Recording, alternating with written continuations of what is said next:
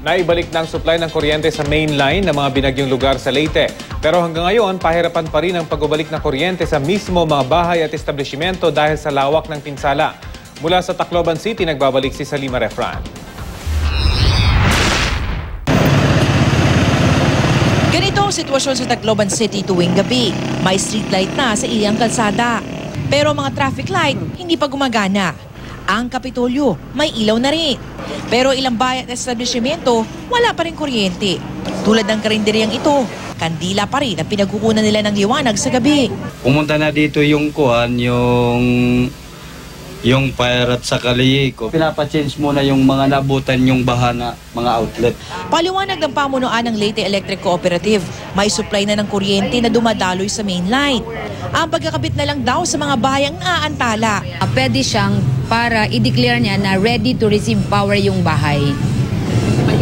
Pag hindi, chances are pwedeng pagkabit ng metro, pwedeng masunog. Lalo't kagabi, isang bahayang nasunog sa barangay Guindapo nasa Palo, Leyte. Ang dahilan, nabaya ang kandila. Ito yung opisina ng LEECO 2 dito nga sa Tacloban City at maski sila hindi nakaligtas sa bagyong Yolanda. Katunayan, wala pa rin silang bubong hanggang sa ngayon at tuwing umuulan, tumutulo yung tubig hanggang dito sa ground floor. Ang kanilang ginawa, naglagay na sila nitong mga temporary connections para lang magkakuryente at maserbisyuhan yung kanilang mga consumer. Sa mahigit 57,000 na consumers ng LEECO 2, 727 o wala pang 1% ng kanilang total service area ang nabibigyan nila ng kuryente. Sa laki ng pinsala, pahirapan ang pagre-rewire ng mga daluyan ng kuryente na pinasok ng tubig. Aabutin pa raw ito ng ilang buwan at depende sa may-ari ng bayan o establishmento. Kaya naman masusubok ang pangako ni Energy Secretary Jericho Petilla.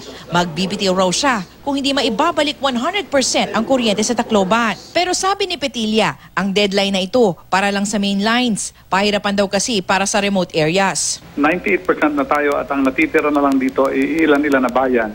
Isa na dyan ang munisipyo ng Pilar sa Camotes Island, tsaka yung ilang mga bayan na nandyan sa Eastern Samar tsaka Western Samar. We are on track, bagamat meron pa rin nagdududa na iba na talagang hindi makakamit ito, pero I am assuring everybody that we will because I made that commitment. Pero kahit na hindi lahat ng bahay may kuryente sa Pasko, ibang liwanag naman ang hangad ng mga taga-barangay 31 ng Tacloban City sa kanilang itinatayong Christmas tree.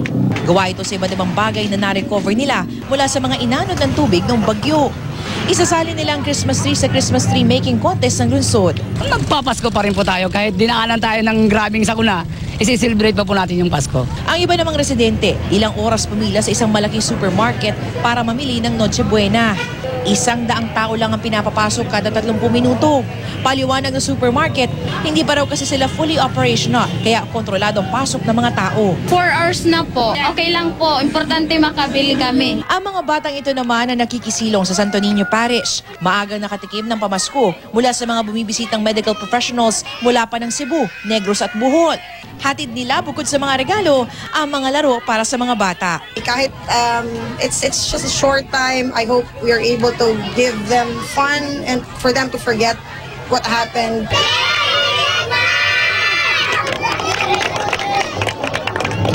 Salima Refran, GMA News.